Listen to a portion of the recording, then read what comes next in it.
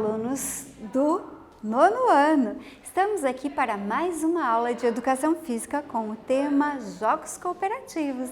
Me acompanhe no slide. Vamos aos objetivos desta aula. Reconhecer o lúdico e o competitivo na educação física na escola. Vamos ver o que é isso, né? O que quer dizer o lúdico e como acontece o competitivo, né? Em que parâmetros? Propiciar condições para a aula fundada no lúdico, utilizar jogos, brinquedos e brincadeiras que auxiliem na integração de todas as dimensões do ser humano, além de tornar a aula mais lúdica e, consequentemente, mais humana, porque vamos falar dos valores humanos que nós desenvolvemos, aprimoramos com os jogos cooperativos. Tranquilo? Vamos lá. Mas assim, em se tratando de jogo, esporte, muitas pessoas confundem. Qual a diferença?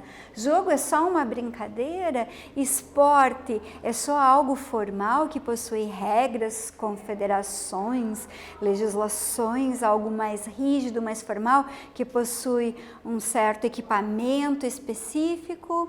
Sim, e um pouco mais, né? Os jogos podem ser competitivos? Sim. Alguns jogos cooperativos, eles têm um certo grau de competitividade. A gente até pode perceber quem vence, mas o objetivo não é só vencer, né? É participar, é se entrosar, né? Então, o foco principal dos jogos cooperativos não é a competição, embora que muitas vezes ela apareça, certo? E na escola, só se pratica jogos cooperativos? Não. Na escola, nós também temos a questão da performance esportiva, não aquela dos empregos profissionais, né, dos esportes, mas também essa questão dos jogos de disputa, dos jogos onde há vencedores e perdedores também, certo? Mas vamos às atividades, vamos ver se vocês estão bem ligadinhos no tema da aula de hoje. Atividade 1. Tem várias perguntinhas aqui para vocês responderem no caderno de vocês, mas para que isso aconteça, prestem atenção em cada uma delas. Como deve ser o esporte na escola? Número 2. Retirar a competição do esporte favorece a sua utilização pedagógica, a sua questão de ensino, aprendizagem? Número 3. A educação física deve se dedicar somente à escola ou ocupar outras esferas institucionais como clube, igreja, família? Número 4. É possível se falar em uma ciência da educação física? Algo científico, dosado, com porcentagens? Educação física é uma arte? Então, são várias perguntas e vocês vão ter oportunidade de responder no seu caderno e haverá um momento que você vai debater estes assuntos com seus colegas. Então, nesse momento, observe direitinho as perguntas e responda no seu caderno. A prof está aguardando.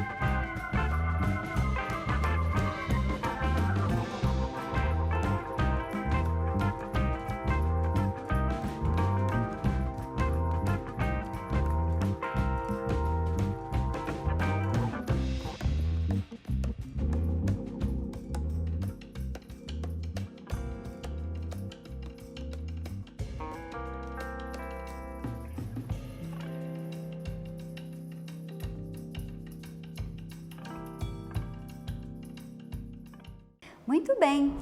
Essa atividade é como se fosse uma atividade estilo mão na massa, né? Que são vários questionamentos que preparam para algo que vem na sequência, que é um debate, né? Que vai haver junto com os seus colegas, com a sua turma, certo? Então, na sequência, vamos para outro questionamento. Nossa, quanta coisa hoje, né, gente? Seria o ser humano competitivo por natureza ou o meio o torna assim? Nossa, que pergunta mais intrigante, né? Será que a gente já nasce competitivo, um querendo ganhar do outro? Será que é o meio que nos torna assim? Pois bem, nós temos duas respostas que são verdadeiras e que se complementam, né, nessa questão. Sim, o ser humano, ele já por questão de sobrevivência, né, muitas pessoas acreditam que realmente ele já nasce competitivo, desde aquela briguinha lá com os colegas espermatozoides na hora da fecundação, né, a gente já percebe alguns traços de competição. Mas tem meios que são mais competitivos, cidades maiores, grandes metrópoles, que faz com que as pessoas lutem bravamente para conquistar o seu espaço.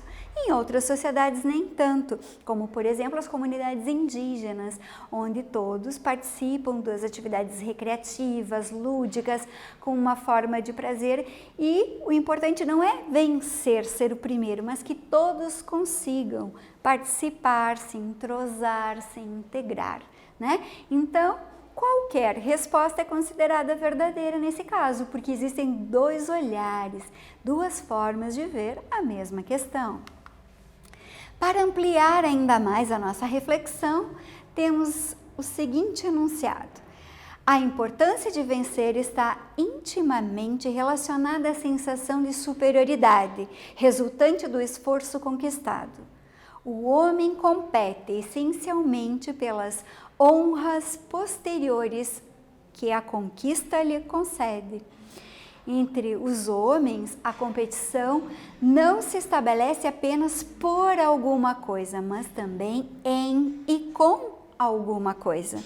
Os homens entram em competição para serem os primeiros em força ou destreza, em conhecimentos ou riquezas, em esplendor, generosidade ou ascendência, segundo o Huizinga, 1996, página 59. Essa citação, então, traz uma explicação do que é uma sociedade que é competitiva, como que acontece, né? Em que momentos que ela é considerada. E aqui, quando ele trata dos homens, ele não está falando dos homens e das mulheres, né, indistintamente, mas ele está falando da humanidade, que o homem tem essa necessidade de autoafirmação, seja pela beleza, pela riqueza, pelo poder, por ser o mais rápido, o mais veloz, o mais forte, né, o mais habilidoso, a mais habilidosa, enfim. Né? Acontece uma questão de competitividade mesmo, que parece até natural na nossa sociedade, principalmente na nossa sociedade ocidental. Em sua sala, na sua escola, na sua turma, como se configuram essas questões relacionadas à competitividade e natureza humana? Será que ela tornou-se um ambiente que também promove a competição sem limites? E qual é a sua participação neste contexto? Então, é um momento da gente parar um pouquinho e refletir. Pensem lá na realidade de vocês. Existem escolas, existem turmas que as pessoas acabam competindo por nota, quem tira a melhor nota. E, em alguns casos, lembrei agora, tem pessoas que competem para quem vê quem tirou a pior nota, né? Então, é uma liderança negativa, é uma coisa muito ruim. Mas, em se tratando de competitividade, tem pessoas que fazem de tudo, cometem coisas às vezes absurdas para vencer, para se sentir no topo, para se sentir no alto, né? E como que isso acontece na sua escola? Será que os valores humanos, o respeito aos limites do outro são considerados? E qual a sua participação nisso, né? Porque uma coisa é você julgar de fora, mas espera aí, Se eu estou analisando a minha turma, minha escola, minha comunidade, eu estou inserido. Eu contribuo para que isso aconteça ou estou fazendo o processo inverso, a resistência? Então, a partir dessas reflexões, a gente consegue clarear um pouquinho mais sobre a importância dos jogos cooperativos e a sua aplicabilidade na prática. Nós falamos da palavra lúdico, mas o que é isso? Lúdico, ludicidade, né? Então, é o prefixo latino lut, refere-se à ideia que integra acontecimentos como jogo, divertimento, recreação e precede nomes latinos como ludus, ou em português como lúdico, ludibriar, ludibrioso, né? A ideia é sempre a de dissimular, fazer de conta, divertir, zombar, né? Então esse é o conceito, né, formal do que é o lúdico. Mas a gente sabe que tudo aquilo que a gente faz por prazer, que a gente faz de brincadeira, faz de conta, usando a imaginação, usando a criatividade, reconstruindo algo que já existe. E o jogo, então, nesse contexto, como que fica? Como que ele aparece, né? O verbo jogar vem do latim joco, que também significa zombar, simular, gracejar, brincar, etc. Por sua vez, a palavra jogo corresponde ao latino jocus e refere-se a esse gracejo, piléria, graça, mofa, substituindo do latim vulgar a denominação clássica de ludus. Então a gente percebe que o jogo ele está muito mais voltado ao lúdico do que o esporte por si só. O esporte ele tem a dimensão também de profissão, que é um trabalho que a pessoa recebe, uma profissão, é um atleta, então envolve outras circunstâncias, patrocínio, né? Mas o jogo não. Se para o futsal é preciso uma quadra, 2 traves, chuteiras, bola especial, eu posso fazer o jogo futsal tendo 2 pedras, 2 tacos, 2 chinelos, 2 mochilas e um campinho, qualquer material, uma bola ou algo similar para que possa ser chutado e ser praticado o jogo futsal. Então, essa é uma das características, né, que diferenciam um do outro, embora haja muita proximidade desses conceitos. A principal característica do jogo cooperativo é sua forma de participação. As atividades são realizadas com o objetivo de proporcionar aos seus participantes a máxima diversão, sem preocupação em competir exclusivamente. Então, esse conceito está sendo bem claro e está explicando realmente o que é o jogo, né? Qual é o intuito do jogo? Quando o enfoque envolve dinheiro, envolve patrocínio, as pessoas fazem muitas coisas intensas para adquirir isso, mas quando é por jogo, por aproveitar bem o tempo livre, tudo acontece de uma forma mais descontraída, mais animada. Vamos a mais uma atividade, a última da aula de hoje. Atividade número 2. Podemos dizer que nos jogos cooperativos cada indivíduo representa com suas características uma forma que contribui para que todos se sintam contemplados com o resultado final? Sim ou não? Pensem lá. Será que a pessoa se colocando no jogo, ela atinge os seus objetivos, ela consegue se colocar e...